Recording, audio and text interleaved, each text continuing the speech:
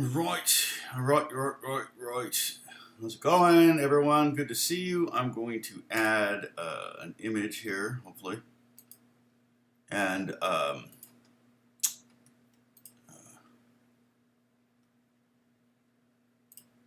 it's for the next scale we're going to work on today. Boom. Don't need it that big.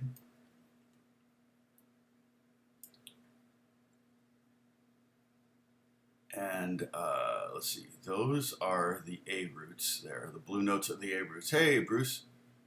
I'm going to add another image where I show you where the caged shape fits in all this. And this one here.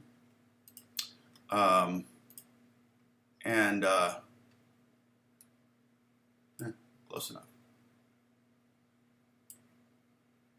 Make them both smaller.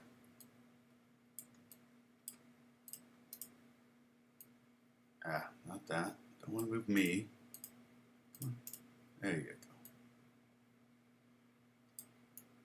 All right. So again, the top one has, this one has the A roots there in blue. The bottom one is, you'll notice there are no A's highlighted with the blue in the bottom one, but that's the D shape there.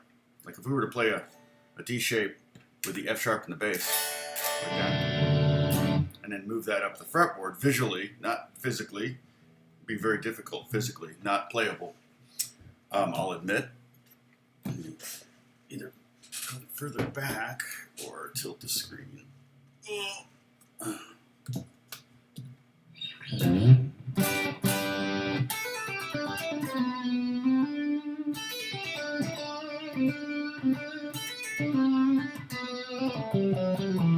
Okay, so let me play around a little bit in this while people join in.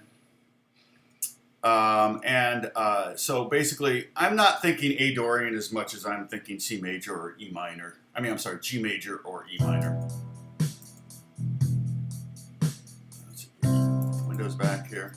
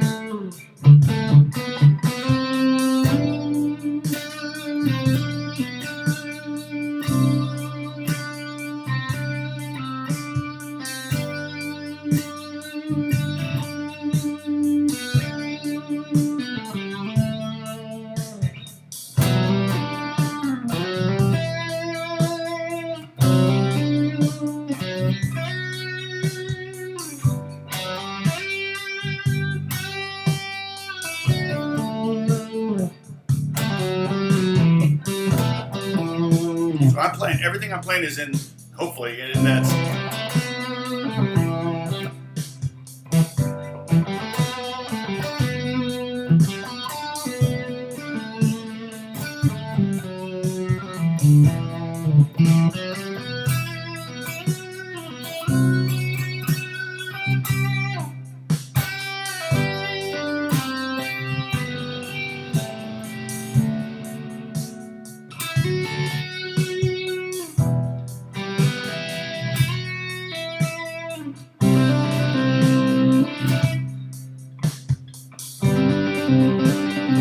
All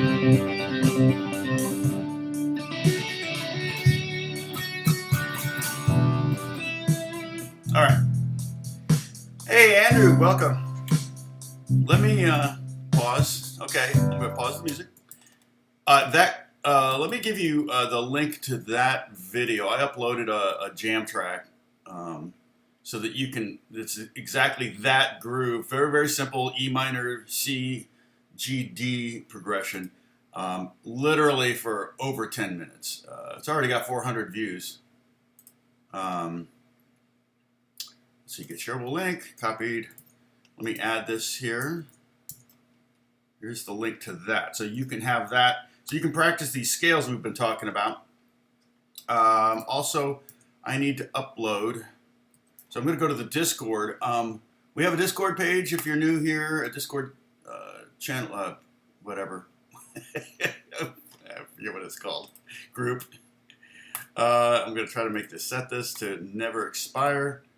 So here's that link for anyone who wants to join the Discord discussion afterwards, before sometimes. Not me, usually. I'm not there very much. Every now and then I'll go in and check in. Mostly to see how my cigar box guitar is coming. And to see if you guys have posted any pictures of yourselves, because I'm always curious. Let's see. All right. What is the other thing I need? I need to go to Discord and upload those two diagrams you're seeing right now.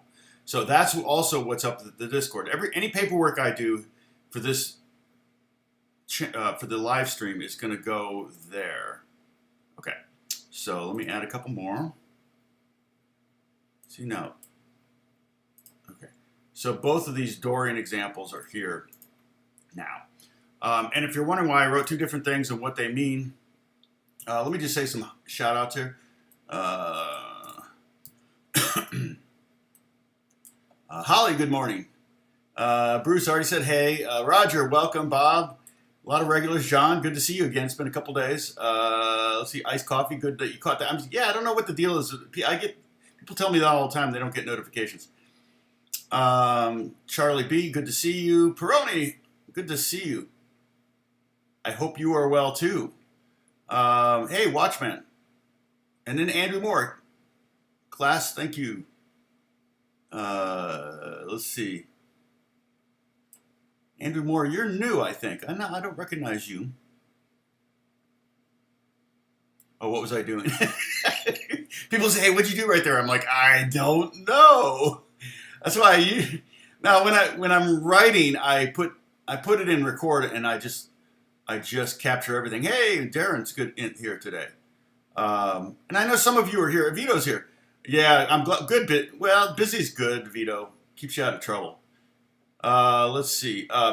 But when I'm writing, I usually, like a lot of times when I'm coming up with hook ideas or whatever, I'll put a beat on that kind of inspires me. I'll put some kind of groove or something. Maybe an R&B groove. It may be a hip hop thing. It may be a rock thing. It just doesn't.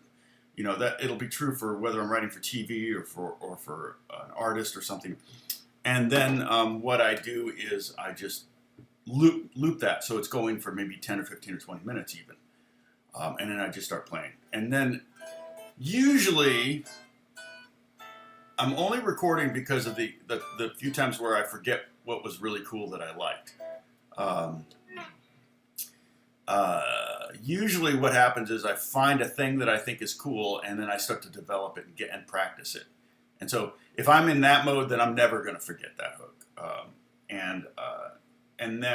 But if it's one where I kind of go, wait a minute, if I get too far astray from the cool idea I had, then I'm like, wait a minute, how did I play that again? So now I have the record, and I can go back and find it. Now, if I'm 10 or 15 minutes in, it can take a while to find it. There are a couple times where I've had to listen to the entire 15 minutes. Just, oh, yeah, there it is. Okay. Well, that wasn't as cool as I thought it was. That kind of thing. So,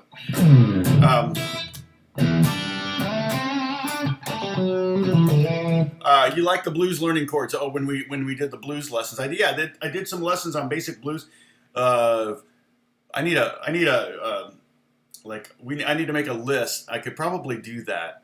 Wouldn't be too hard to do. Videos. I could post it actually on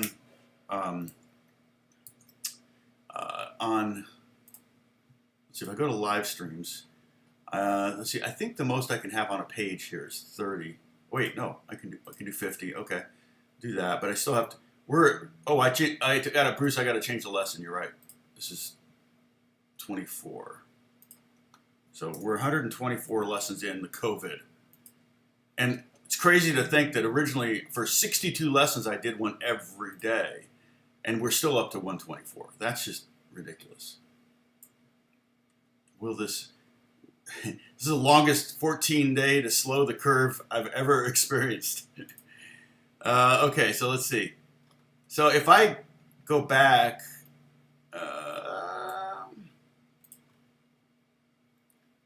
okay, so now I got some live streams that predate this, of course, but not many. So lesson 1 through, so I may leave this page up and I may make a list and then post it on Discord, but 1 through 12 was cage method.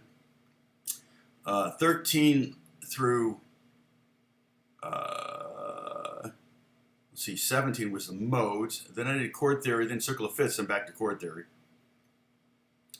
Ask me anything, then more chord theory. Ask me anything. That must have happened on what day was that? April 12th. Was that like was that Easter? Maybe that may have been Easter. And I went for 2.5 hours. Holy cow. You guys. This is unbelievable. It's crazy. Some of these have, okay, the day lesson finger picking has 1,400 views. That's actually pretty decent. You know, I do this. Let's look at the analytics. Oh, wait, here, analytics there, and see how much I've made. Whopping $4 or something. Let's see, revenue. $3. That's so arbitrary.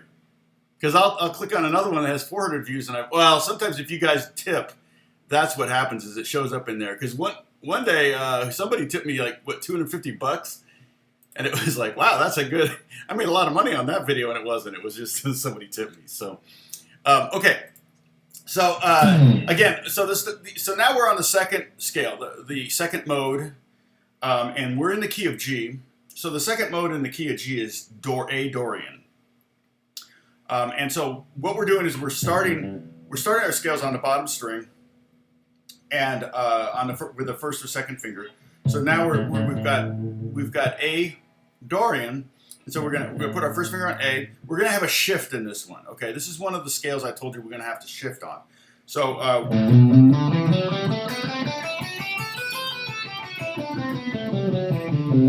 and because it's not a 3 per, and that's my code word for 3 per string, 3 notes per string. We have one string pair. One string that has 2 notes instead of 3. Everything else has 3 notes. In fact, of the scales, this is one of the more symmetrical ones. You got that little blast, which those are great. These little blasts, these little symmetrical sections of scales are great for practicing speed. And then the top one here, the top 2 strings.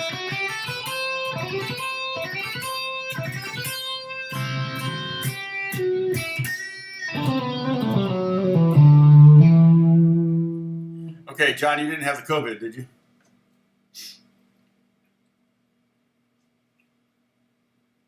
Starting to make a comeback here in the fall. But I think also I've been saying, there's a lot more testing going on.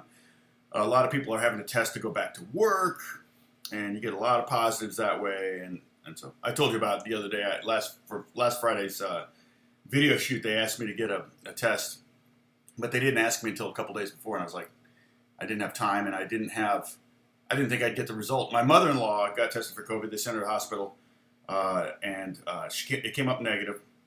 But it took a week for her test to come back. So it was like, yeah. And not only that, I had other things where I was going to be around other people between that, when they asked and when I would do the video shoot. It's not like I'm going to, take a test and get a positive result and then quarantine until then. I'm not going to speak to the Pope. I'm just shooting a video. So, yes, let's see. Okay, John, sorry. So that I understand, you're using G major scale D form to play an A Dorian, yeah. And G major bottom one. Does playing A Dorian mode give the minor tonality versus a G major tonality? Yeah, if you were to write a song in A Dorian, a scale, I could take a major scale and make it sound minor.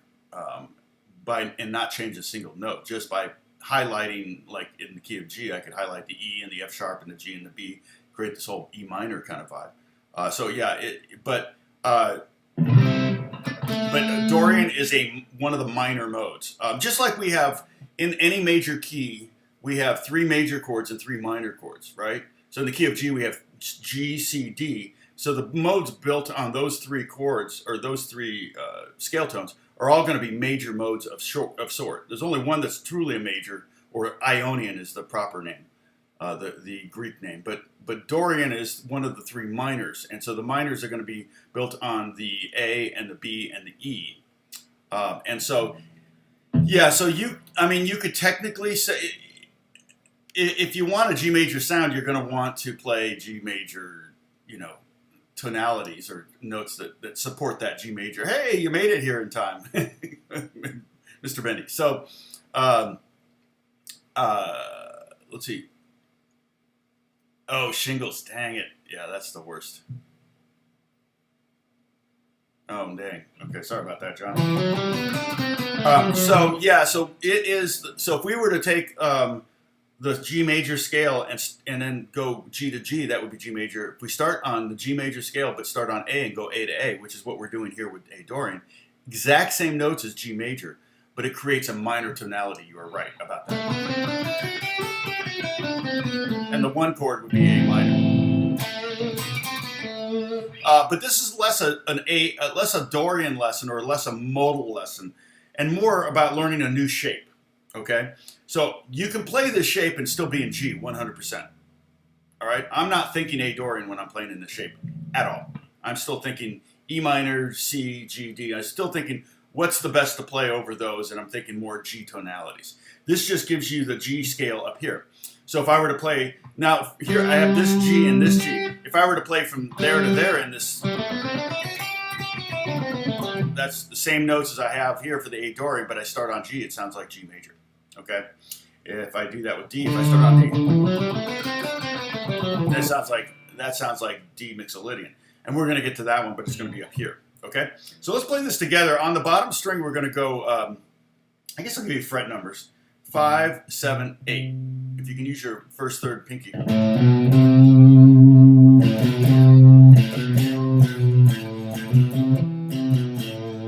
I just thought of King Tut by Steve Martin. Okay. So there's the first 3 notes. Okay. The next 2 notes, and so that's A, B, C. All right. The next 2 notes are D and E, and this is the only string where you only have 2 notes. Okay. So let's play that far. A, B, C, D, E, and backwards. E, D, C, B, A. You can definitely hear. The minor tonality there. Okay, so thanks, Bruce. Where was that? Darren.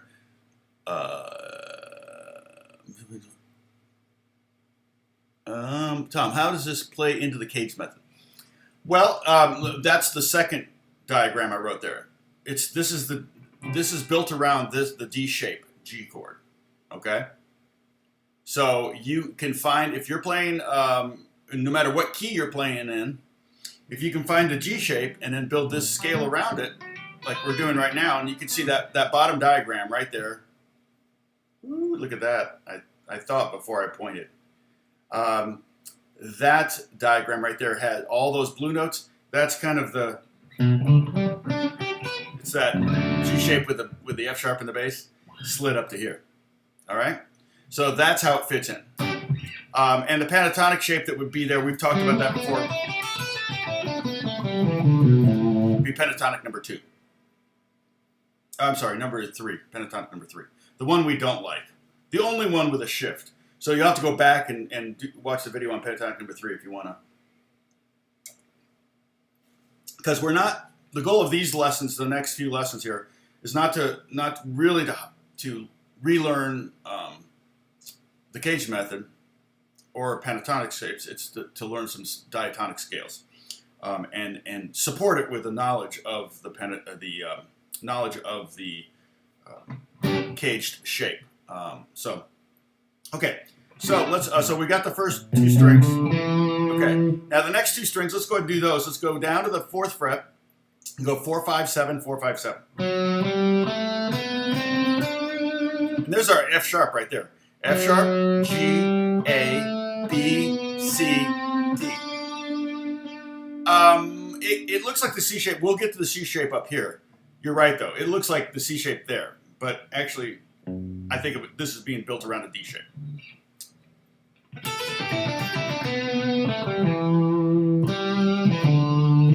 Yeah, and look at the blue notes if you can.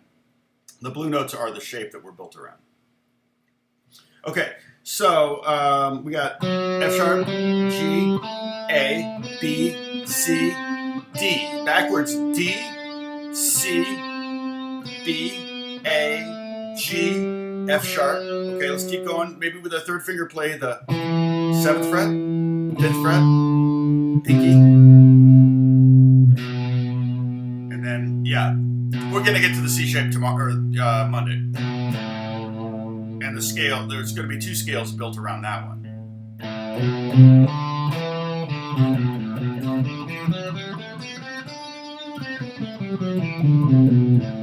Okay.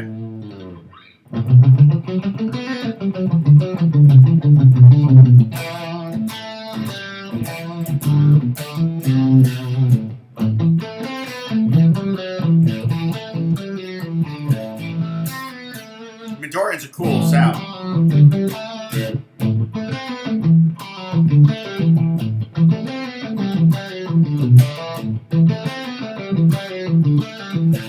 That'd be a great, like, car show rock thing. So maybe I'll use that later today. Okay, so the next groupings, we can go to the top 2 strings and start at the 5th fret and go 5, 7, 8, 5, 7, 8. Hey, Denise, happy Friday to you. 5, 7, 8, 5, 7, 8. So again, we have a little bit of redundancy, which is nice. Your fingers like that. And so that's C, I'm sorry, that's E, F sharp, G, A, B, C. Backwards, C, B, A, G, F sharp, E. Go down a fret to the 7th fret with your pinky, and that would be D. 5, 4, 7, 5, 4. Go back up with your 3rd finger here. 7, 5, and then 8, 5, 7, 5. And it wants to go down to the G, doesn't it? You go like, you know, it's like. Okay. Just a reminder, the white notes that you see in the top diagram, those are just notes that are beyond the octave. So if we're doing an A Dorian scale, somebody just happened to say, play an A Dorian scale, you would stop there. But you know that in this position that we're already in, basically the 4th position and the 5th position,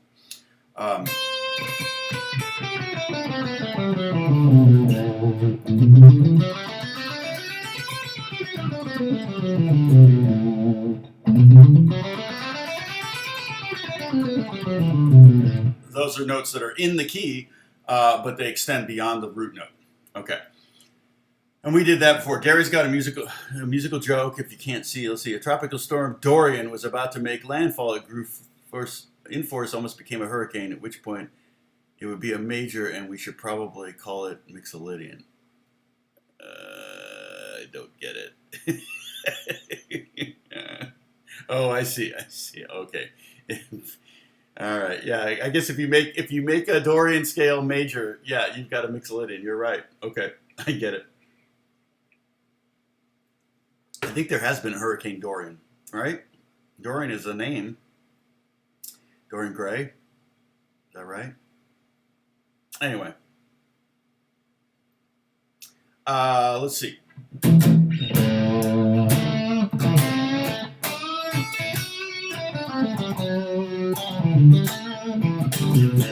Yeah, I mean, I could have, if I wanted to dwell on the modal aspect of this, the fact that a Dorian scale has a very Dorian sound, I would have created a different chord progression or something, okay? Like maybe A minor to D, you know, like, you know.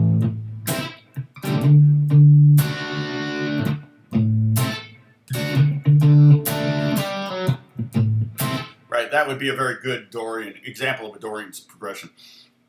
But we're not really doing that here. What I'm doing is I'm just showing you all the notes in the key of G by position. Okay, so we're really, in some ways, I'm adding information. As I'm prone to say, there won't be a quiz on this. There will not be a quiz on the modal aspect of this. What I would like for you to do is to try to start to memorize these scales, but I'm giving you basically a scale every couple days, so that might be a bit much to ask, especially since these are pretty big scales. Notice I'm not talking about the whole step, half step, whole step aspect of it either, okay? For that information, you'll have to go back to those modal lessons. And now that I have all my live stream videos up, I can maybe make a list that I can post in the Discord. I might also post it. I'll post it on my Facebook page. I haven't posted anything on my Facebook page forever. Just been negligent, and you know what? It does drive traffic to this. I've just been forgetful about that. Okay, so let's play the scale again. Let's see. I'm going to try to go slow. Follow with me. I'm going to give you fret numbers. Okay, not letter names, not fingers. I'll give you fret numbers. So I'm going to leave the fingering more up to you at this point. Okay, 5, 7, 8. 5, 7, 4, 5, 7, 4, 5, 7, 5, 7, 8, 5, 7, 8. And then backwards, 8, 7, 5, 8, 7, 5. And then 7, 5, 4. 7, 5, 4. Hey, Rick. And then 7, 5. I'm using my third and first. And then 8, 7, 5. Okay. So again, we got this little chunk here.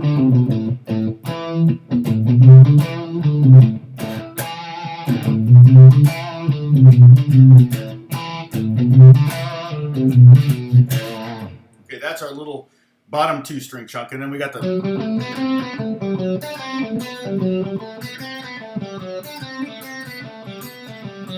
got a nice little symmetrical, or not so much symmetrical, but more repetitive.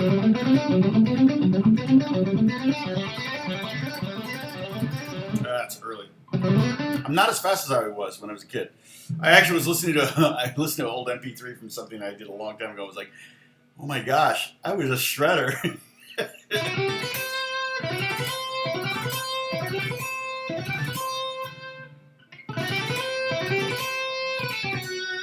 So again, you got these snippets.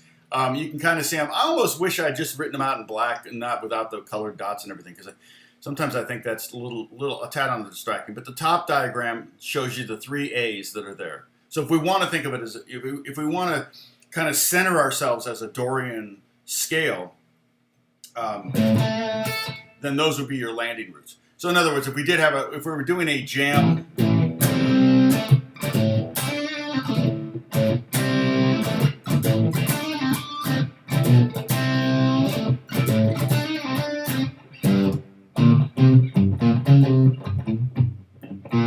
I guess the only thing that makes it Dorian, talking about Smoke on the Water. Who asked that? Sorry, Johnny or John. Because it goes to the flat 5 there, so it almost is like a blues lick, which makes sense. It is rock and roll, right? But the thing that makes it Dorian is what the bass player's doing. Right? He goes.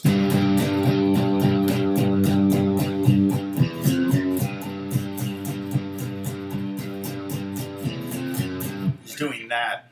And so you get.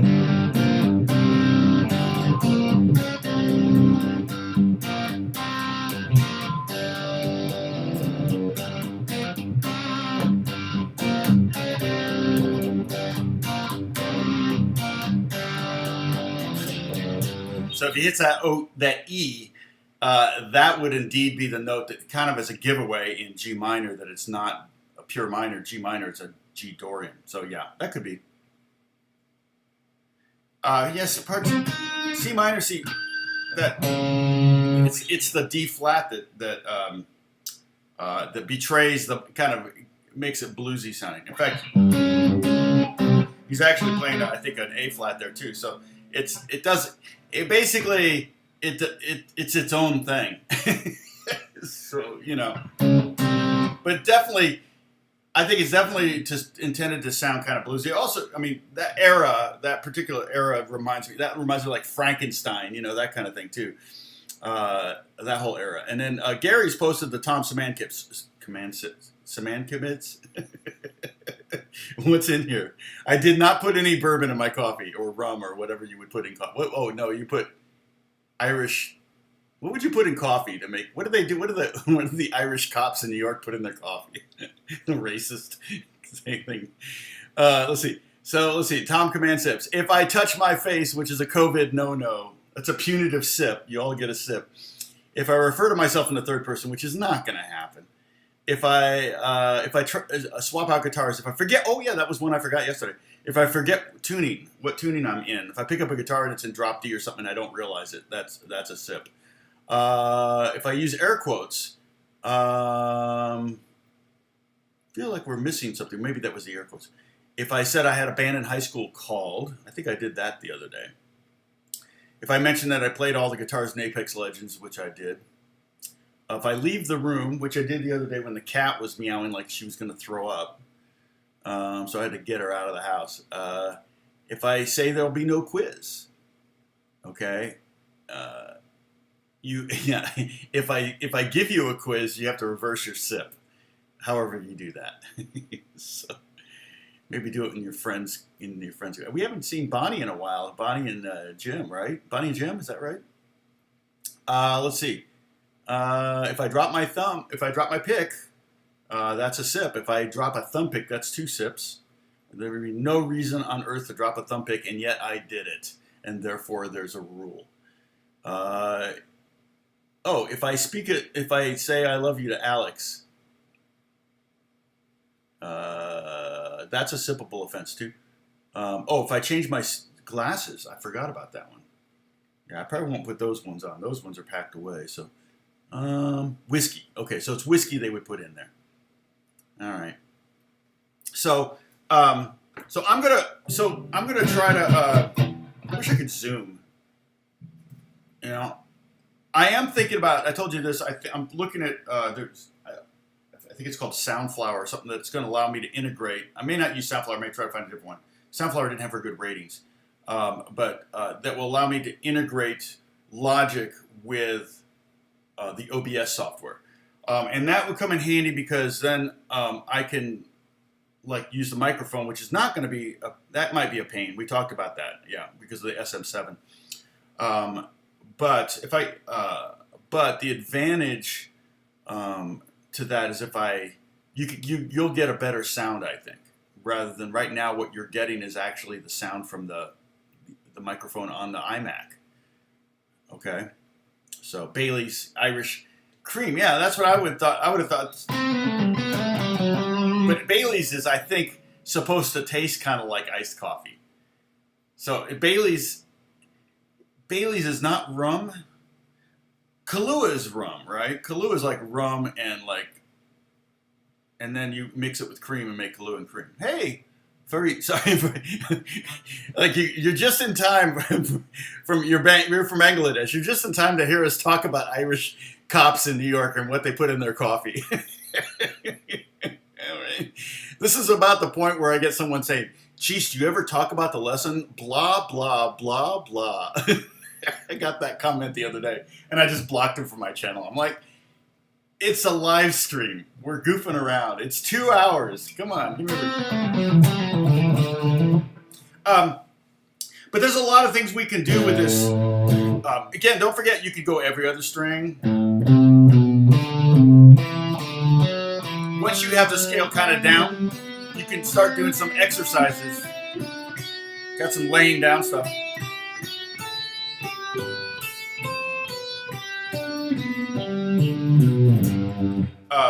You could go groups of 3. I'm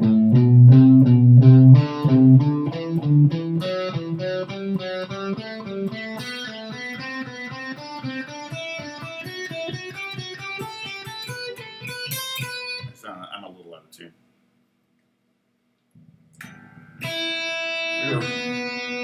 We were rocking the Marshall yesterday. We were cranking an amp yesterday for Alex came over to record me play on a song on a record that he's producing. Very fun. It's an interesting record. It's a lot like it's a piano player who's really into like Broadway type music. So it's kind of got this record that Alex is producing. It's got a very, in fact, he recorded like the drums, guitar, bass, and piano live. It's got a very Queen meets Billy Joel kind of vibe. So it's very, very cool. So he wanted me to do he already did a solo on this one song, but he wanted to get my take on it. So we did like a million passes, but we went ahead and cranked up an amp in my other room. And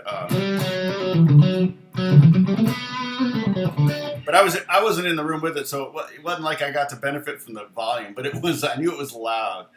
I don't know if my neighbors could hear it. I'm hoping not too much. Check StreamDoc. Thank you, William. Thanks for jumping in there. Let me pull up that. I'll bookmark that stream. You're talking about something that allows me to dang it, can't spell. StreamDoc or deck. I'm not seeing StreamDoc. Mini dock, you say. Oh, no, Stream Deck. Is that what you meant, Stream Deck? No.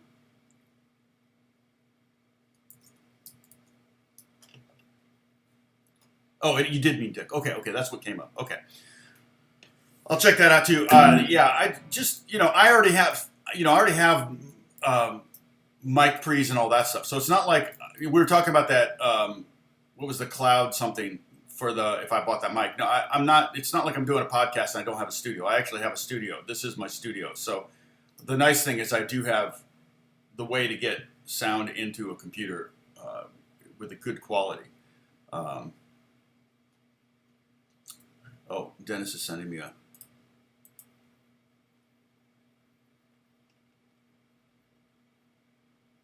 Yeah, except it's not in English, man.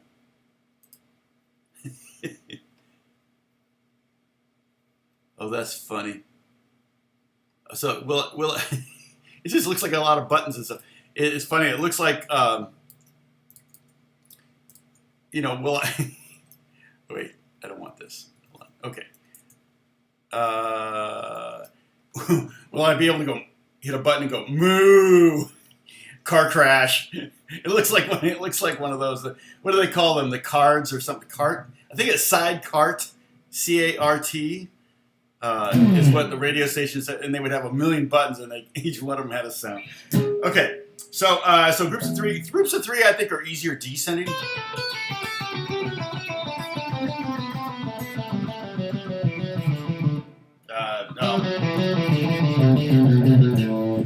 And the reason to do that kind of thing is to kind of just really drill home the pattern, the shape into your hand so you don't forget it. It's one thing just to play it up and down like this, which is not a real world application generally. I mean, that's not true. I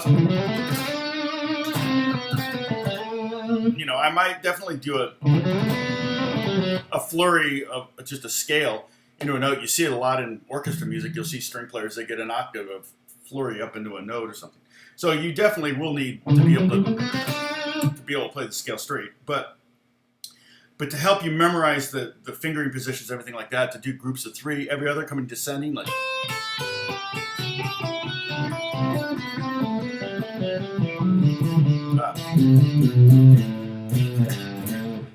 That will help you as well. Groups of four.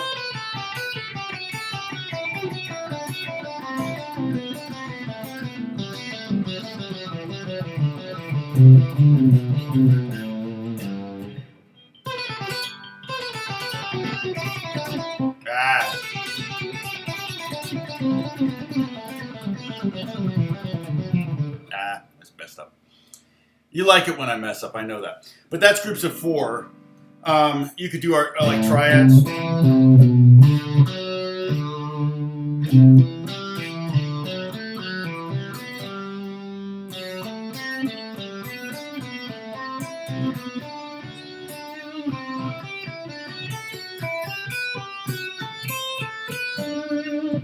Like that. Let's see, who else is in here? Is there somebody new show up? William. Hi, William P. Welcome back. Where's William P? Oh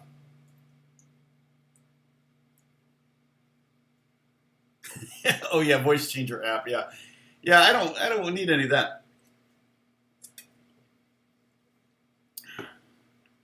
Oh, Holly. Let's see, Dennis. My grip strength is not huge. One tip I heard for bar chords is to put slight pressure using your arm on the body of the guitar and pull against the. Oh, interesting. Yeah, I can see that. So instead of gripping harder with your left hand, use the leverage of the whole guitar.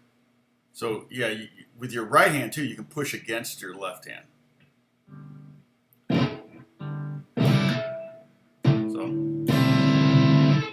I'm actually fretting the guitar right now by pushing here with my elbow. I think that's what you may be referring to. Yeah, and the bar chords are, we haven't really talked about that. I could do a series on bar chords. But bar chords are definitely come in handy when you want to play bar chords are almost a necessity if you want to play a lot of songs. Because invariably you're going to be playing some song, and you're going to be like, oh, I really want to learn that song, and then you're like, dang it has a C minor in it. Like, how do I play C minor? Oh, it's a bar chord. Oh, well, forget that song. No, you don't want to be there. You want to be able to say, yeah, sure, I can do C minor. That's...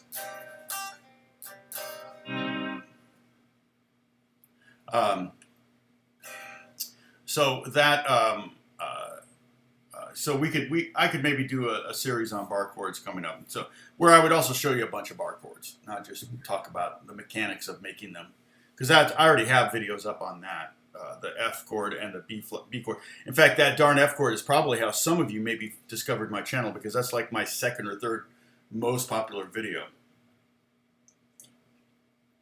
And I'm taking a sip for no reason. Okay. So I'm gonna stick with these notes here. So, like I said, I wish I could zoom in a little bit.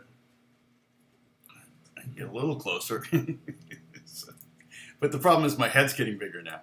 Okay, so I'm gonna hit the track. Here's the jam track. Oh, and that jam track again. Let me give you the link to that so you can. I didn't want to do that, but I did it. No, that's not what I wanted to do either. Get a shareable link. Here is this jam track. Basically the same thing. Just drums, bass, and piano. I didn't put guitar on it because I want you to be able to easily hear your guitar over it. I feel like playing against a piano is better. So it's E minor to C to G to D.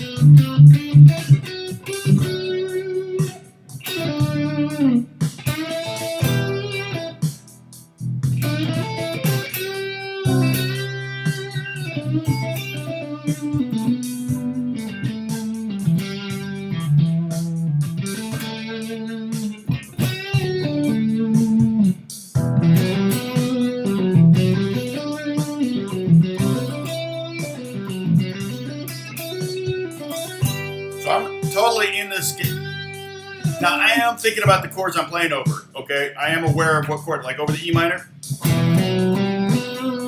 That's the 1, 2, 3, 5. I go up to the C for the next.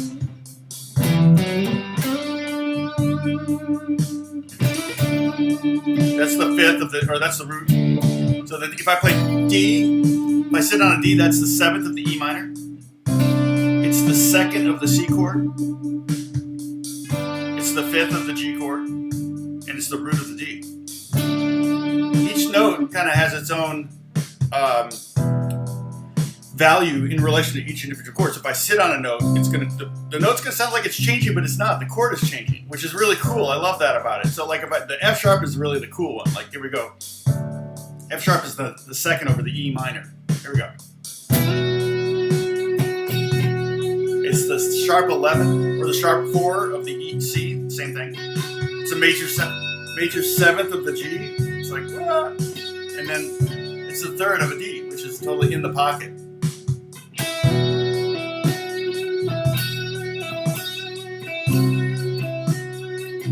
And there's an E in the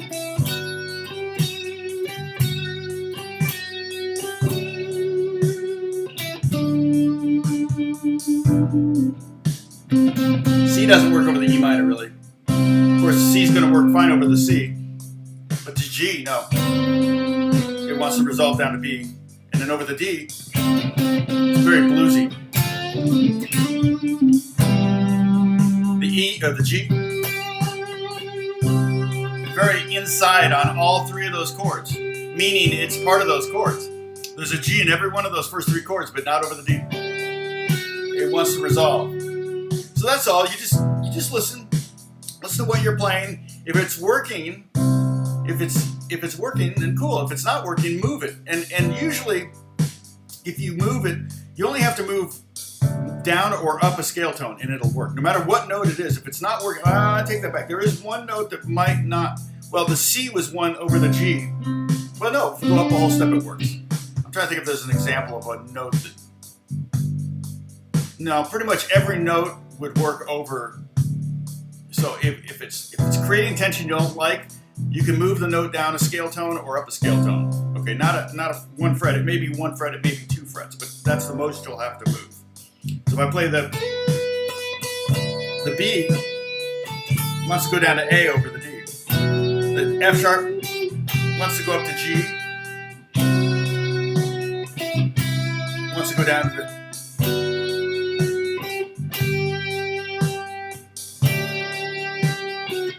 And I mean, you can totally mess with your listener by playing those notes that want to go somewhere else. And you can stay there. You don't have to resolve them. That's the beauty of it. I tell you this all the time. The music is about tension and release.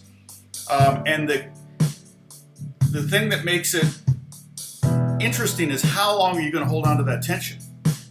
If it's just for a split second, then you're not. I mean, that's totally fine. Like here, I'll give you an example of a split second really tension. Here's one. Okay, I went to that G just for a second. It's like, oh yeah, well that works. Okay, but here's a lot of tension.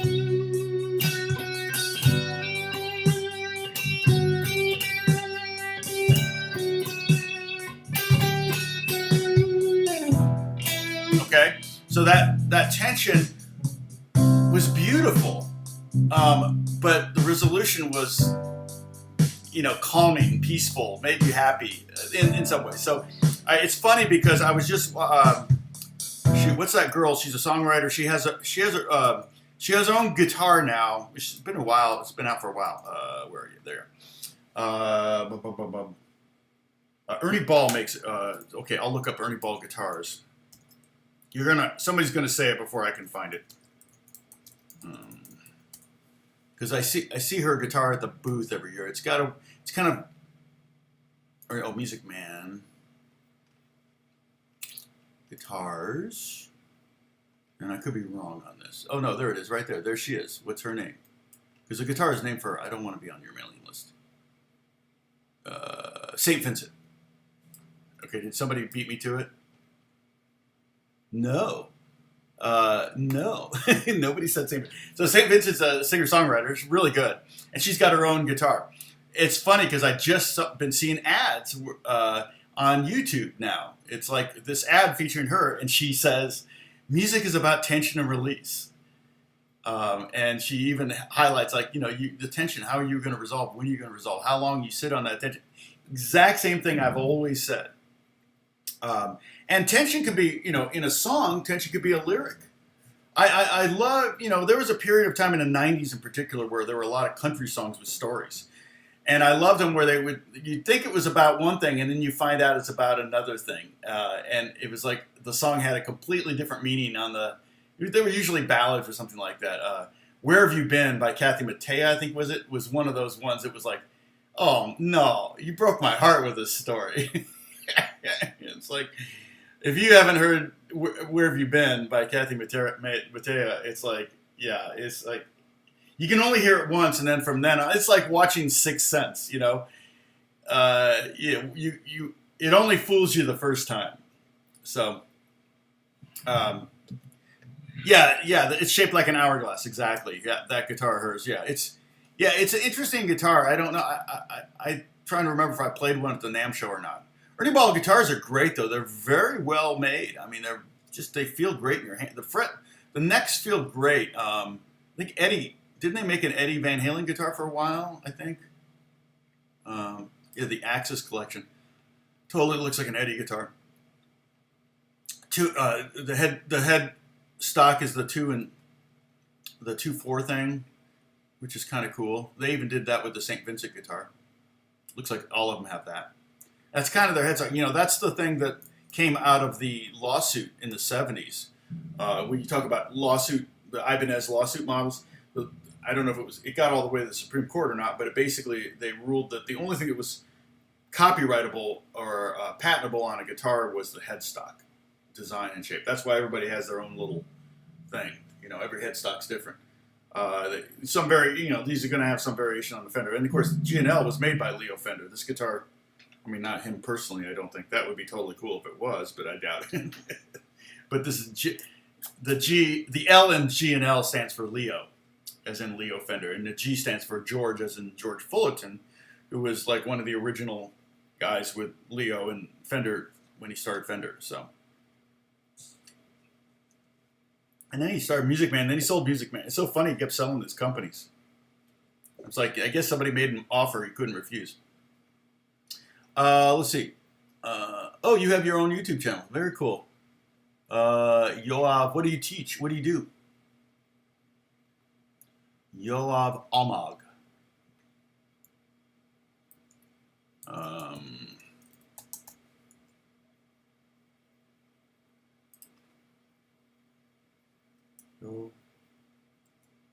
Wait, what was it?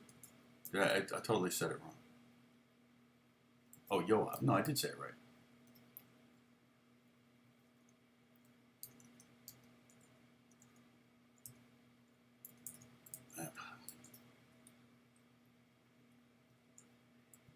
I'm very sleepy today. There you are. Nice. Wow, you got a lot of videos up already.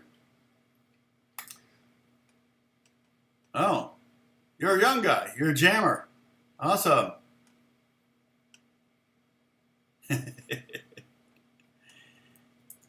Well, good. Hope you get some more subscribers.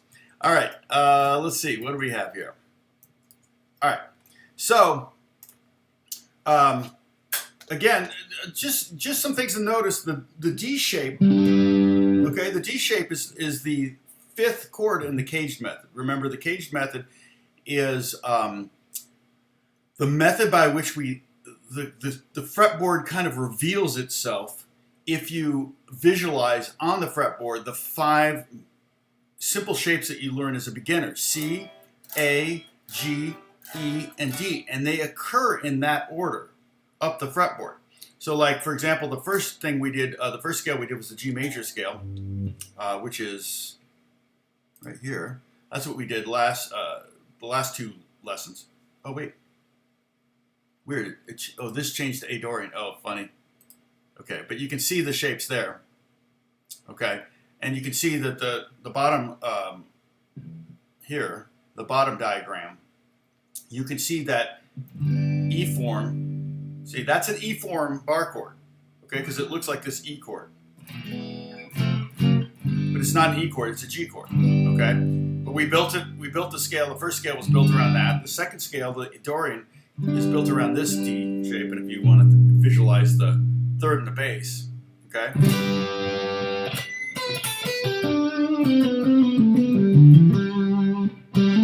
Oh, I didn't. That's interesting. He featured that song.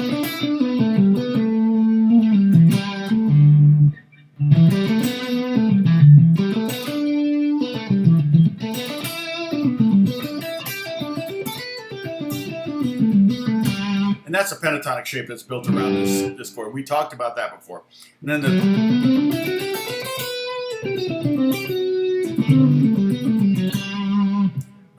you know, I could do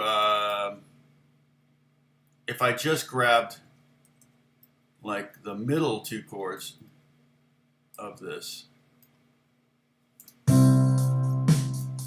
totally different progression.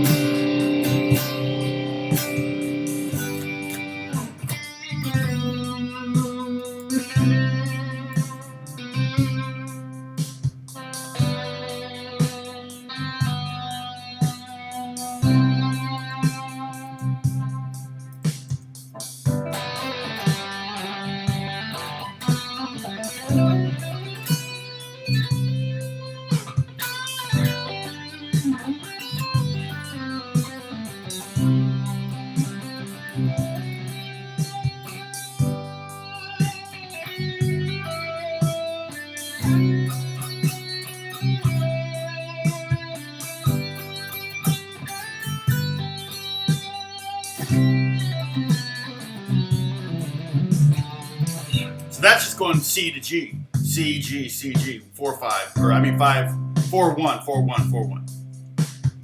Okay, and it's the same. I just took the markers and grabbed the middle four chords, middle four bars of music there. Okay, so I'm sorry. Was there a question here? That a question, Peroni? Tom, please touch on the thumb position for C-shaped chords starting on the D string. Starting on the D string, C-shaped chords starting on the D string. I'm not sure. I'm sorry. Dennis, you had a question. I have not played a blade guitar. Oh, blade?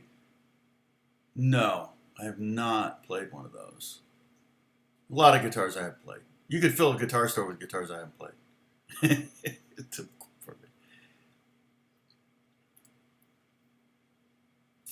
I generally make a new scene for each video. So, oh, sorry, I'm on the wrong. Here we go. This is the one for today. The only thing is I instead of creating a new text thing, I just edited a previous text thing. That's why it didn't change over. Like, you mean like this?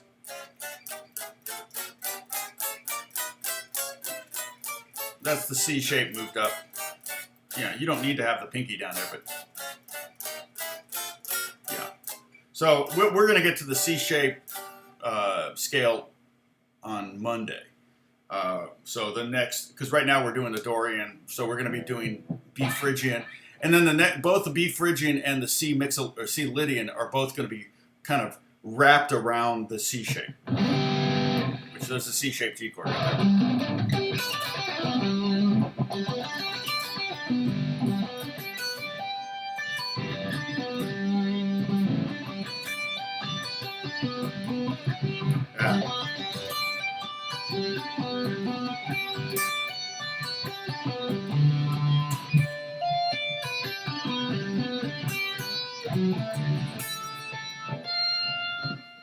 I don't know what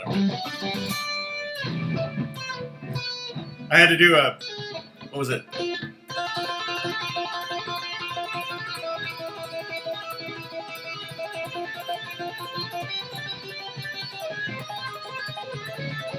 I had to do that in a session on last Friday. It was hilarious. Yeah. C minor actually without the A string. My bad. C minor like this. Yeah, it's kind of like that. It's the same. It's kind of like C shape. Hey, Darren, good to see you. You've been there since the beginning, so good on you. Have a good day.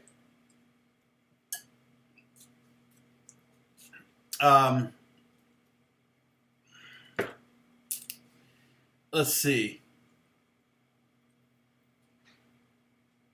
Thumb position. Oh, please touch on the thumb position for the C-shaped chord starting on the D string. For that chord, I could play my thumb here if I wanted to, but because I'm not having trouble bringing that out. But if you want a bar, C minor like that, I'm not going to be able to bring my thumb around. I'm going to have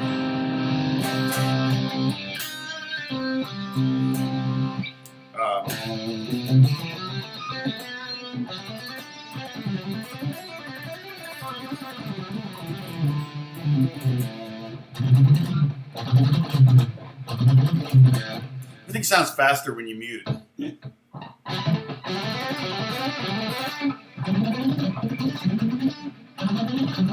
It's hard though, I can't get my right hand.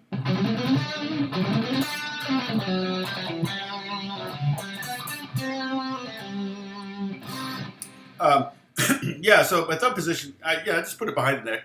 I don't think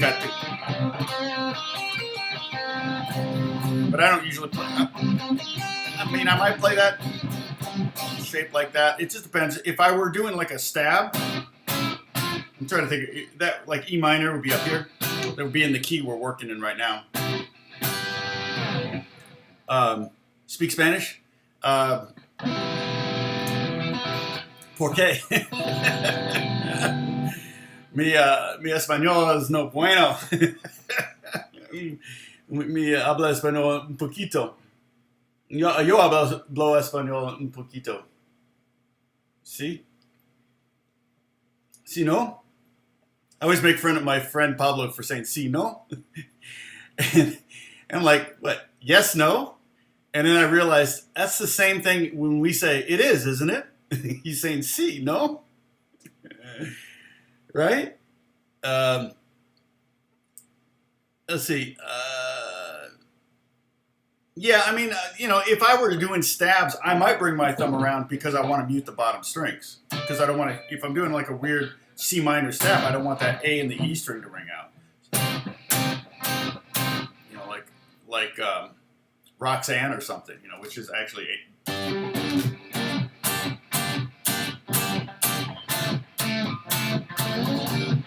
it's actually that shape, but different shape. The other thing is a lot of it's ergonomics. When I was performing, remember I talk about one of the things that was always frustrating for me was I'd practice and I'd practice and I'd practice and I'd play so good in my bedroom and I'd get to the gig and I would just suck and I'm like, dang it, or I would be. And so there's so many things that you have to. What you want to try to do is replicate the gig situation at home. And some of the ways you can do that is by standing up, because you're going to be standing up at the gig. You're not going to be sitting down. And when we practice, we tend to practice sitting down. Now, if it's classical guitar, that's different. You do sit down playing. If you're doing session work, yeah, you're probably going to be sitting down. Although I like to stand when I take solos. Something about standing makes me solo better. And then the other thing is to play loud. And oftentimes when you're practicing in your bedroom, you're not playing loud. Now the hard thing to emulate is the nervousness, the nervous energy that you have playing in front of people and playing with other musicians that you can't replicate very well at home. That's very difficult. I I'm sure I've told you this story, but I remember going to a jam. My mom would drop me off in like the worst neighborhood in Indianapolis to this jam house. It was like, I think today you would call it a trap house, right? But it was and I'd show up there with my Les Paul, and but it was a bunch of guys, most of them in their 20s, and I'm 15 years old, and I'm showing up and I'm going to these jam sessions, and I don't know how, I just remember that the jam room was a fairly small room. They had a drums and bass amp and guitar amp, a couple guitar amps and things like that. And there was a wall right in front. So you're playing right to this wall. And the wall is like, I could pretty much touch it from where I was playing. But the wall was floor to ceiling people. Somehow it was like wallpaper or something that was a crowd. It looked like the wall looked like Woodstock. It was black and white. I remember that. It wasn't color, but it was really cool. So it was like and they're screaming and yelling, and it's like somebody took a snapshot of a crowd at like Woodstock and turned it into wallpaper. Really cool idea. And so you're practicing, and you're playing with the band and everything. So it's not really a live audience. There's not that whole thing, but it was pretty cool.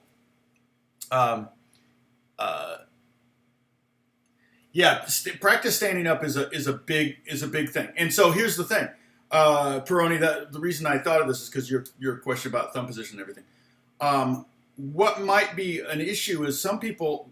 So when I was playing early on, particularly in my band, in fact, I think I posted a picture of me playing with Malachi when I was probably 21. I think that was at the Vogue. I know that picture was taken at the Vogue in Indianapolis. I was wearing my guitar pretty high because what I was trying to do was I was trying to replicate the ergonomics of my body when I practice at home. Okay, that makes sense. It's very windy out today. I went for a walk. It was like, holy cow, I could barely get to Starbucks. And so Santa Ana's are kicking in. That way, my arm, like a lot of guys, when they play, they'll play like Jimmy Page would be like down here, and it's like, but that's probably how they practiced, and they just, and it was the look they were going for. And I actually had a lesson with, I don't want to say who it was, but she's a famous pop star, current famous pop star, and we were talking about, she had a little bit of a fiasco playing electric guitar on TV for a thing. And so I did a lesson for her that was talking about that, playing live guitar ergonomics versus, I told her about practicing standing up. I also said, what do you want to look like? So stand in front of the mirror. This is, for a pop artist or for a rock star, this is important. For a side person, you can do whatever you want. You can have the guitar up high if it looks geeky, it doesn't matter. But if having a guitar up high looks too geeky for you to be a rock star or a pop star, then put the guitar where you want to, and then let's work on the ergonomics from there. Okay, and so that's kind of what we did. And basically, crowd wallpaper. I wonder if you can find it. Are you looking for it now, Holly? It was crazy, and I don't know. Maybe the guy that rented the house, maybe he worked at a photo lab and he printed it up. He took the photo and printed it up. I don't know. Keep in mind, this would have been 1976, so like forever ago. It would be something I could see you could do now. Crowd or audience wallpaper.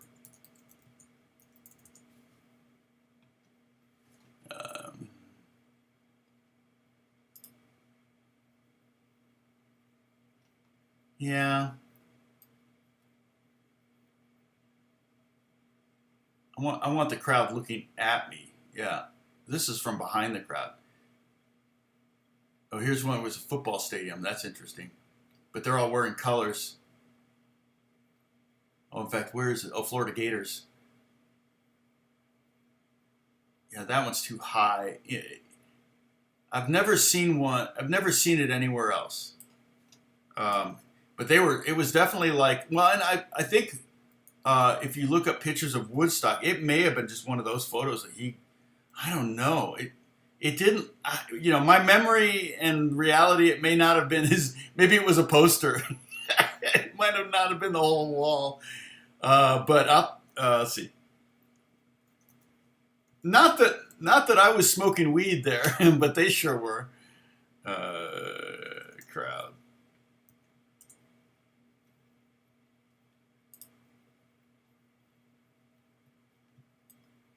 Yeah, there's all sorts of photos. I mean, there's a million photos, but this one appeared to be, yeah. Oh, this is like, man, it was definitely something like this. Let's see if I. Well, no, can I get a link? Oh yeah, sure. I just want to copy the link. Just give me the link. Dang it. But anyway, if you Google Woodstock crowd, you'll see photos that are kind of like that. Zombie wallpaper. Exactly. But yeah, when I would go to this jam session, I remember, we would jam for a while. And again, I'm like 5 to 10 years younger than everyone else there, right? And it was my friend John Dinwiddie that I think that invited me. And it was his Les Paul that I bought. It was that fretless wonder that I ended up trading for a G&L guitar, of all things. I think I traded it for a G&L. And I'm sure the store was like, yeah, we get a Gibson for a G&L. But I don't know. I mean, I see those guitars now if I go to Reverb and find it, like, I think it was a 71. They're $4 or $5 grand. So, I paid $300 for it when I bought it. So my guitar collection is done better than my stock portfolio. Let's put it that way.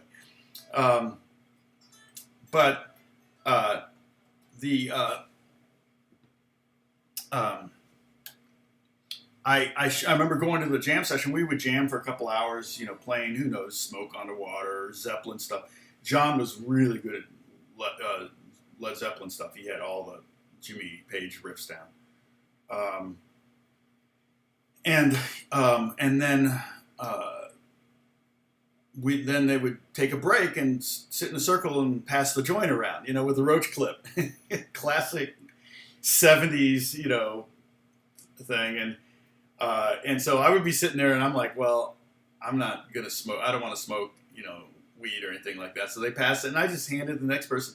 And they never once went like, come on, man, you got to do it. You'll be cool. You'll play better. It's like, because they were already like, yeah, let's not mess with this kid. He's already pretty good.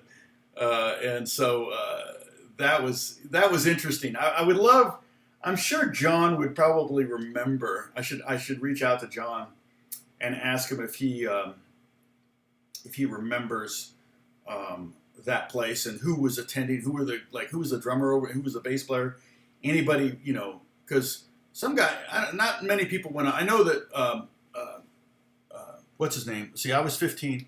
He would have already graduated from high school, but Babyface went to my high school. And he played in a band, I think he played in a band called Manchild, which was like the funk band in Indianapolis when I was young. And they played at like I don't think they played at our prom. I didn't go to the prom, but they played at the spring dance or whatever. Not the spring dance, that would be the prom. The fall, like homecoming dance. I remember they played at that. And so, and I think, boy, I wish I could find, some videos of Manchild, the band. That would be dope. Can you imagine? See Babyface literally as a baby. Let's see. Manchild.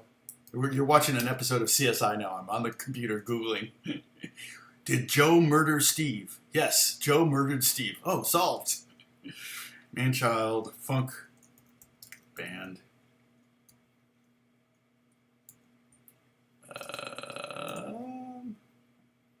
Well, now, what is this? This is a record. Oh, Kenny Baby, there it is. Red Hot Daddy. I can't play this, but it even says featuring Kenny Babyface Evans.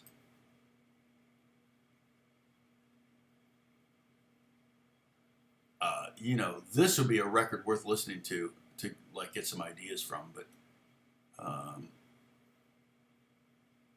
but I do not see any videos of the band itself. Just somebody's uploaded the record. A lot of people have uploaded this record. It looks like the whole record is up. Interesting. But I'll listen to it later. Especially for you. Wow. That's crazy. If I enter... I want to see pictures of Babyface. Oh my gosh. I don't know that... Oh yeah, there he is. Oh my gosh. That... Well, and he definitely looks like he's the youngest in the band. But he and L.A. Reid went on to become major songwriters and producers in the 80s and 90s. Big time. I've never met him. I need to try to. And I'm pretty sure when I saw Manchild at my high school that Babyface was in the band. It would have been around that era.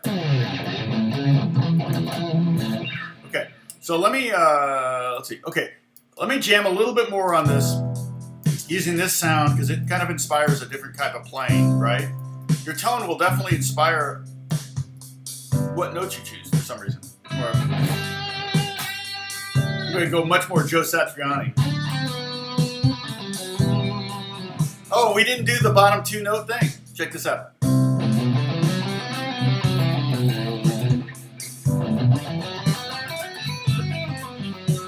See that?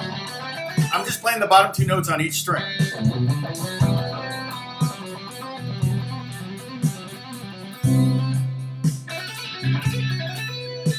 And that just makes it sound like wait, what key are you in? Okay, if I do it on the top two strings of each.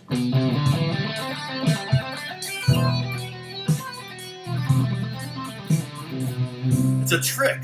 It's a way of making it sound like you're not in a diatonic key when you actually are a diatonic key, okay? I can play the outside. Almost.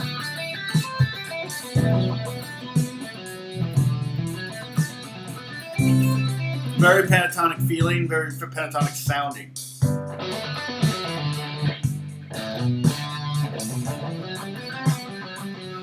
I wish I could like, but basically what I'm trying to do here is I'm trying to play just the bottom two notes of each of the three notes. You see there's three notes per string, except on the fifth string, I'm just playing these two, regardless.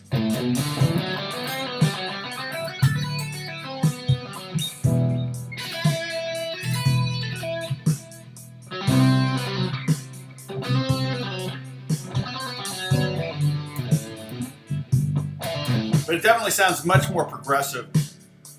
And then you can mix it up. That's what I like to do. Is like...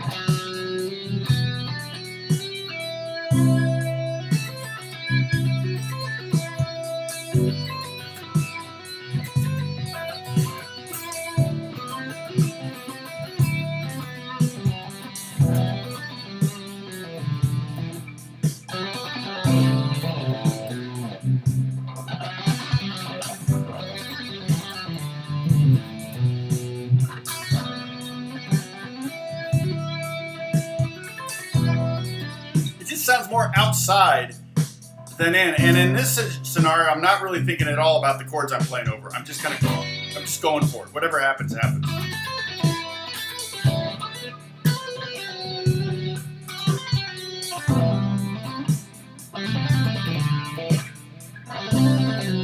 Now, also keep in mind, all the open strings are in the key of G. So we can utilize that too.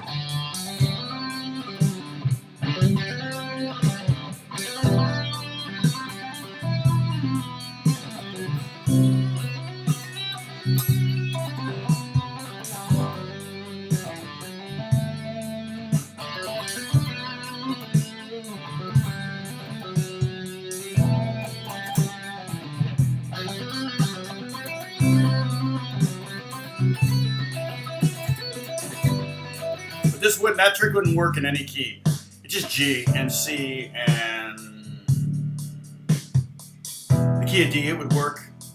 The key of A, no. Just so it's C, G, and D would work.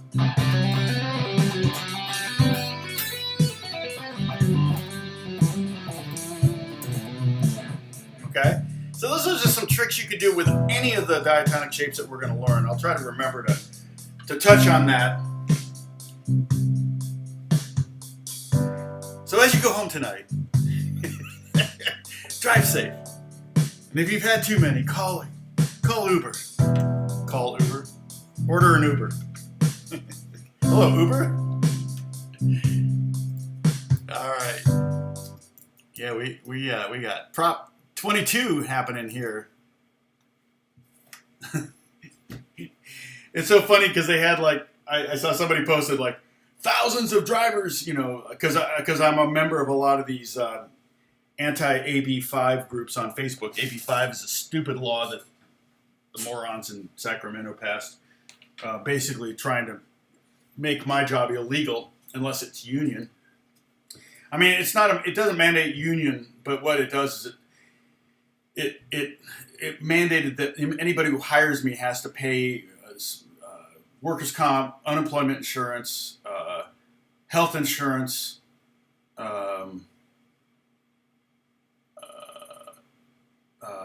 what else? They have to pay for health insurance, workers' comp, unemployment insurance. There are a bunch of other things, right? This money to the state. So, you know, normally you do I'll do a session, you know, like plan a song or something like that, and get $500. And maybe I may work for that person once that year. And so they have to hire me as an employee and pay workers' comp and everything like that. And the law was so poorly written that's what it basically was a $5,000 to $20,000 fine for each infraction. My church paying us every weekend, all 6 musicians every weekend, they were potentially liable because they were paying us as independent contractors, and that's what AB5 was trying to get rid of. And of course, they exempted lawyers and doctors and real estate agents, who all have very powerful lobbies in the Capitol. So AB5 was a horrible bill. They've since passed they even did stupid stuff like, well, as a journalist, you can write 35 articles a year, but that's it. You understand that there are thousands and thousands of journalists that sometimes write 3 or 4 articles a day, each for $100, $200 just to pay the bills. For example, a lot of sports writers, they'll write a blurb about a football game, a high school football game, and they'll make $25. I mean, the state was limiting it to 35 gigs a year. It was like, what? They have no idea how freelance works. And then it's like, you know, people are like, well, no, but you don't have workers' comp. Well, I work at home, so if I fall, if I get a hangnail, you know, then you know, if I break a hangnail, I think I'll be okay. If I break an arm, if I lose an arm, I'm just going to have to find a new job. But you know, they say, well, workers' comp though, and I'm like, well, I have workers' comp. You do? No, I have savings. That's what people did before. They saved for a rainy day. Rainy day is not literally a rainy day, except unless you're a farmer. A rainy day is when something bad happens and you need to live off of that money for a while. Okay. What about unemployment insurance? Again, for one thing, a musician is perpetually unemployed. In fact, I even say every gig I do is a job interview. Every gig I do is a job interview. I try to do my best for every client I work for. Consequently, every client I've worked for, with maybe the exception of 2 different clients, I've worked for many times. Yeah, if I get a little blister on my thumb, I'm gonna make. Yeah, they're gonna laugh at me if I try to do a workers' comp claim for that. I read an article about this guy that owned a teaching studio in Riverside, and he had 5 guitar teachers that worked for him, and they made far more than minimum wage on an hourly basis. But he got the notification from the state that he was going to have to implement AB5 rules and everything. And so he looked into it, and he got, this is before the law took place in January 1st. And it was going to be $95,000 to pay workers' comp for his 5 guitar teachers. And he only cleared like $80,000 gross, from which he paid his rent and, phone bills and all that stuff. He basically got the students for that. So he had to close down his shop and so those teachers were fine because they just taught from home. And now you've taken that income where he was writing them a check every week or every 2 weeks. I got a check every week from my store when I taught. Instead of that, now it's all under the table. So the state, not only did they not get the $95,000 for workers' comp, but now those teachers are probably getting cash, and that they're not even paying taxes on that. So, and that's one of the things that they're trying to do is they assume that musicians don't pay taxes, but I pay tax on everything I get. I declare every penny I get. That's dope. That would be dope. Oh, really? Is that going to be a new rule?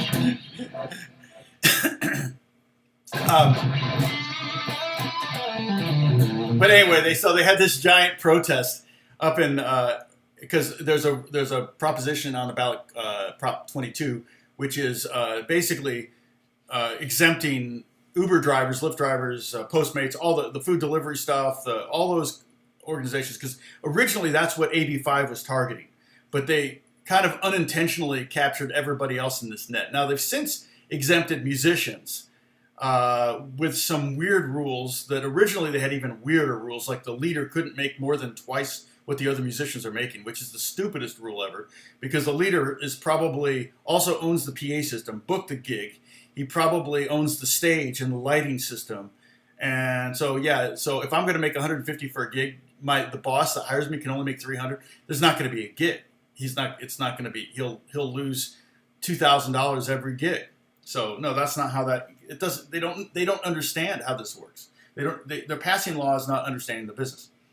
And so, which is typical of any government. I'm sorry. I'm not anti-government, but I just don't think money will come in fine if they just let us do our thing. And the other thing was that on the bill was, AB 5 has minimum wage protections. I'm like, I'm nowhere near minimum wage. I'm not going to work for minimum wage. I'm sorry, but do any lawyers work for minimum wage? I'm curious. Do doctors work for minimum wage? I don't think, and I don't make lawyer wages, but there are times I get close. And I like it that way. It's kind of why I went into this business. If this was only going to pay minimum wage, I wouldn't have put 20 years of practice into it, to make minimum wage. I'm sorry, but, I always say I'm against minimum wage laws, and I know that maybe makes me an evil meanie, but there are a couple things. But one is, hey, if my original, for the job, I'm so glad that my first jobs paid as little as they did, or I'd still be doing them. If that job at that restaurant paid $40 an hour back in the 70s, that Mexican, and I'll be still sweeping floors at that Mexican restaurant. I never would have done anything else. Minimum wage jobs are not supposed to be careers. They're supposed to be for high school kids and people getting started. So anyway, that's my two cents. Right? Gary, I'm down with that. And I'm also down with the proposition that says all lawmakers have to live with the same laws that we live with. Right? How often do they literally in the bill do they exempt themselves from specific proclamations? And then of course they also, oftentimes, and keep in mind, my grandfather was a congressman. Okay, my mom was raised in Washington D.C. and he was a congressman for 16 years, 8 terms. He won 8 terms. A Republican out of Michigan, and so he. And actually, he was pretty much hated by the people, the Democrats and the Republicans, because he's a real tight SOB. And there's a great article about him in, I think it's in the Saturday Evening Post, where they did a story on him. And he, because he was on the House Appropriations Committee, he could demand to go to see any, particularly military company building, because this is during the war in particular. He was really upset that the factory workers were making more than soldiers. But he would he would show up at a factory where they're making something for the military, bullets or whatever, and he would demand to see their books. And so what would happen is if he was going to a factory, and it could be anywhere, but usually he stayed in Michigan area, like he would hit it, or like Ohio, Indiana, Pennsylvania, Michigan. It would be somewhere on his way back and forth between D.C. and Michigan, and he would hit these places. And he, he would he would show up and demand to see their books, and then he could go, oh yeah, okay, you're charging $800 for a hammer. No, this isn't going to work. So then they, because they had lobbyists and spies in D.C., they would know he was coming.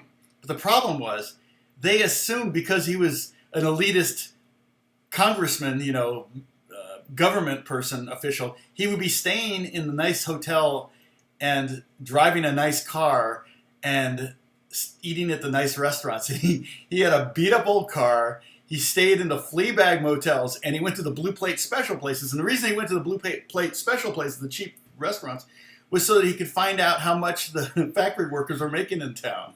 He would talk to him, hey, what's the factory pay? Oh man, if you're a welder, you can make $4 an hour. It's like, and he's like, really? That's like 7 times more than we pay the, a general or whatever. So it's okay. Can a link be shared in the chat? I can share a link. What are you going to share? What do you want to share? Would you enter live? I can't. If you're going to send me a music thing and you have a music question, I can't play it because it will have, I get a copyright infraction for the video, and I don't want to do that. So Discord is just a website. You don't need any app or anything like that. You can I can put the Discord link here. I think it's still, is this still it? No, not that. Let's see, where is it? Let me grab the Discord link. So anyway, my grandfather would travel around the country, and so he would go to districts of Republicans and Democrats. He didn't care. He just wanted to cut back on government, waste. We need a whole lot of my grandfathers in Congress right now. Oh my gosh. But he, that kind of stuff really bothered him in life, and it bothered him. I'm a cheapskate probably because of my grandfather. And so, one of the things that he was like, he was on the House Appropriations Committee, and they were appropriating, during World War II, they're appropriating hundreds of millions of dollars for something called the Manhattan Project, and they wouldn't tell him what it was, and he's like, oh, heck no. So he ends up going down to, help me here, Tennessee. Where is it, Tennessee? Oh yeah, you can. Gives you a free free account there at Discord. So if you yeah, exactly, Gary. What was it Reagan said? If it moves, tax it. If it keeps moving, regulate it. If it stops moving, subsidize it. I mean, that is freaking 100% true. It's like it's like they're still making buggy whips, right? Some government agencies stepped in and they're making buggy whips so those people don't lose their jobs. Just pile them up in the corner. So the Manhattan Project, which was in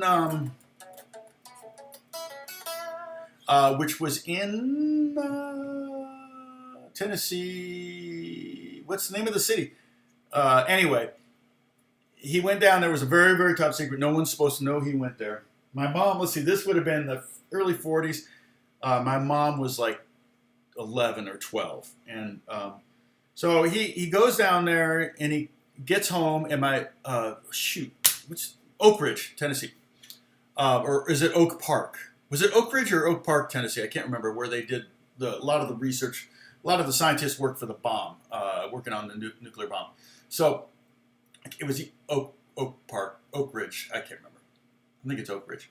And he gets home to Michigan. He's back up in a little town in Michigan called Lake City. And Oak Park. Okay, Oak Park sounds right. You're right. I knew it was Oak something. And my mom was like, what were you doing in Oak Park? And my grandfather was like, what? She goes, yeah, why were you in Oak Park, Tennessee? And he's like, how did you know I was in Oak Park? Nobody was supposed to know that he was in Oak Park, Tennessee. And my mom knew. My mom totally knew. And she goes, well, it's on the bag. And when he was down there, he got poison ivy. He went to the pharmacy, got some what's the pink calamine lotion, and the calamine lotion it said on the bag the pharmacy, the name of the pharmacy, and this it said Oak Park, Tennessee. Oak Park Pharmacy in Oak Park, Tennessee. Have a nuclear day or something like that. You know, no, it wasn't like that, but it was hilarious. He was like, oh shoot, you know. But it turned out to be pretty. How long would this be session? Oh, it is Oak Ridge. Okay,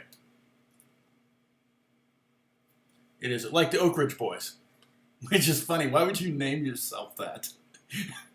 It's like, well, there is a band called Hiroshima, so I guess that was the other end of the equation, but geez. I love that. See, that's the others shape, and I'm taking the bottom, and then skipping it. So I'm taking the bottom notes, but I'm skipping strings. Beautiful kind of...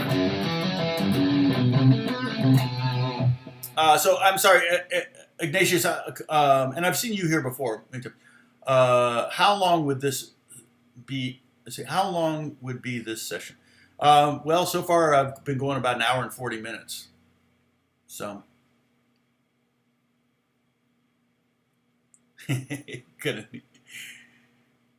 an ocean of chamomile lotion. Oh, right. What is that from? I know that song. I love XTC. Let's see. Well, anyway, so tomorrow, or let's see, Monday. Well, if I'm able to do it, and I'll try to let you know if I'm not. We'll be doing the next scale, which will be it's going to be a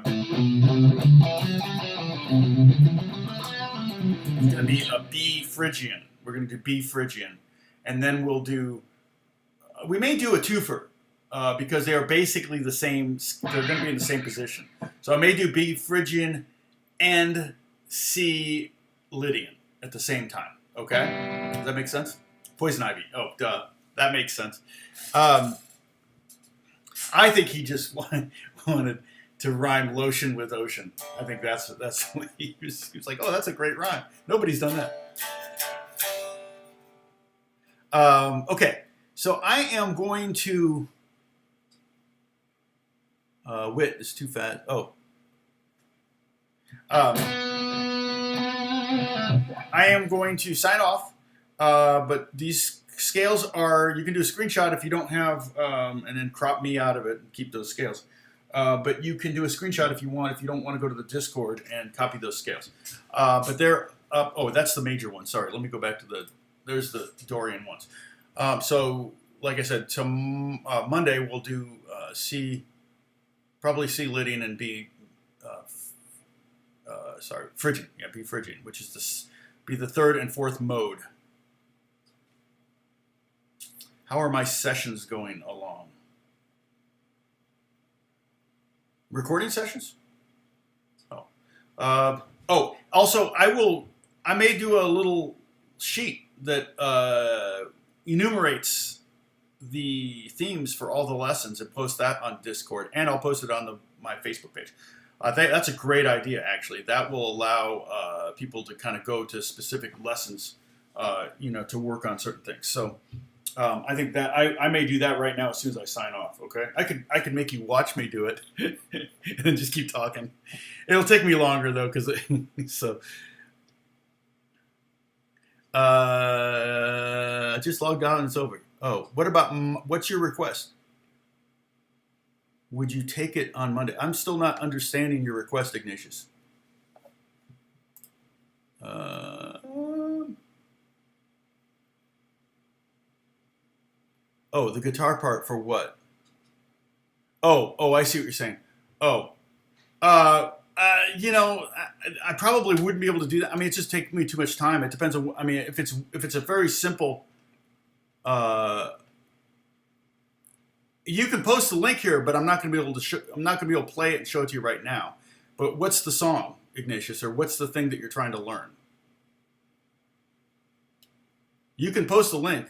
I can click on it. I just won't be able to play it over this live stream or YouTube won't let me monetize this video. Does that make sense? And if it's some crazy, insane, impossible thing for me to figure out, I'm not going to do it because I got work to do. This doesn't pay anything. Normally, I would charge $150 an hour for guitar lessons. I think is what no. Well, it depends. Yeah, basically $100 an hour is what I charge some people, and then 150 others. Don't tell them. Put it this way: if the record company or the movie studio is paying for the lessons, it's $150 an hour. Yeah, I've never heard of that, but I can search it. Let's see. Can I highlight this?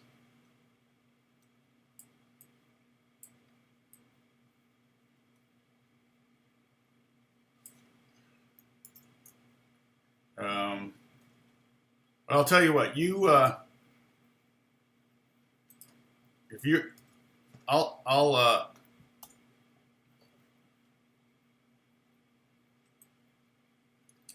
So this is let's see. And then the latest performance on.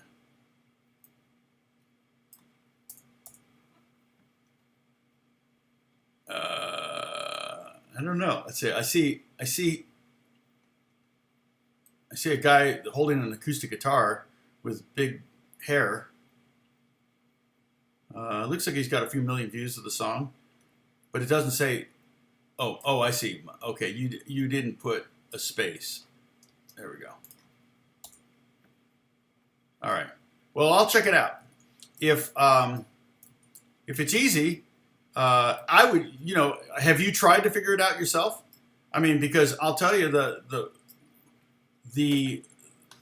best way to learn guitar is to try to figure out things and not find the tab. Don't look for the tab. Try to tab it yourself. Okay. You're working a million things when you do it that way. When you're just reading tab, it's like, yeah, somebody's done the work for you. Do the work. That's where you'll learn. Remember, it's a 5-minute video. Hold on. Okay, yeah, I see it. Yeah. Okay, so I see it. I'll check it out after we're done. I can't do it now. I hope you understand. But one of the best things you can do, and if it's a video of him playing it, you can look at his hands, and that helps. Let's see. Oh, nice. For hybrid picking. Oh, great. I probably should, Oh, you got plastic nails put on. Yeah, I've done that once before, but I didn't like the feel. I didn't realize how much sensation you have in your nails. And when I had it was just a thumb pick, and I broke a thumb right before a wedding, and I didn't like it. I had to take it off. So, I don't know. I like the tone of my nails. My nails are on the radio, on a lot of songs now, a lot of records. So I kind of like the sound of my nails. As frustrating as my nails can be, I have to keep them. I have to keep them filed down. Now, you can't see, but I have lots of files here, including this one belonged to my grandmother brought back from Europe, the one that was married to the congressman. So yeah, but but figuring out a song yourself, man, that is an education, and you're going to get it wrong. That's okay. You'll get it wrong. I mean, I taught songs completely wrong for years, because students would bring a song in and they go, oh, can you help me learn how to play, Stairway to Heaven? So I'm like, okay, so I'd figure it out, and then I realized, oh, you know what, I did it. He didn't do it this way. Or like I taught Blackbird 1,000 times, and I taught the finger picking pattern completely wrong. But it didn't matter. Everybody recognized it when you played it. It just was like I didn't understand. I couldn't hear how Paul was doing it, so I just kind of did my own take on it. And so that's really, try to learn it, try to figure it out, yourself if you can. So I understand it's difficult, and it may be too difficult. Yeah, it's true. Sometimes there are things that are way beyond your ability, but you can at least try to find some chords or watch what his hands are doing and kind of map things out. It's just about being a detective, and that process. Think of all the things you would learn if you could figure it out, if you did manage to figure it out. So, but I'll take a listen to it, and then If it's something that I can talk about, then I will. But I may not be able to show you the song because, again, if I start to play it, very likely YouTube will flag my video and I won't be able to monetize. I'm in the process of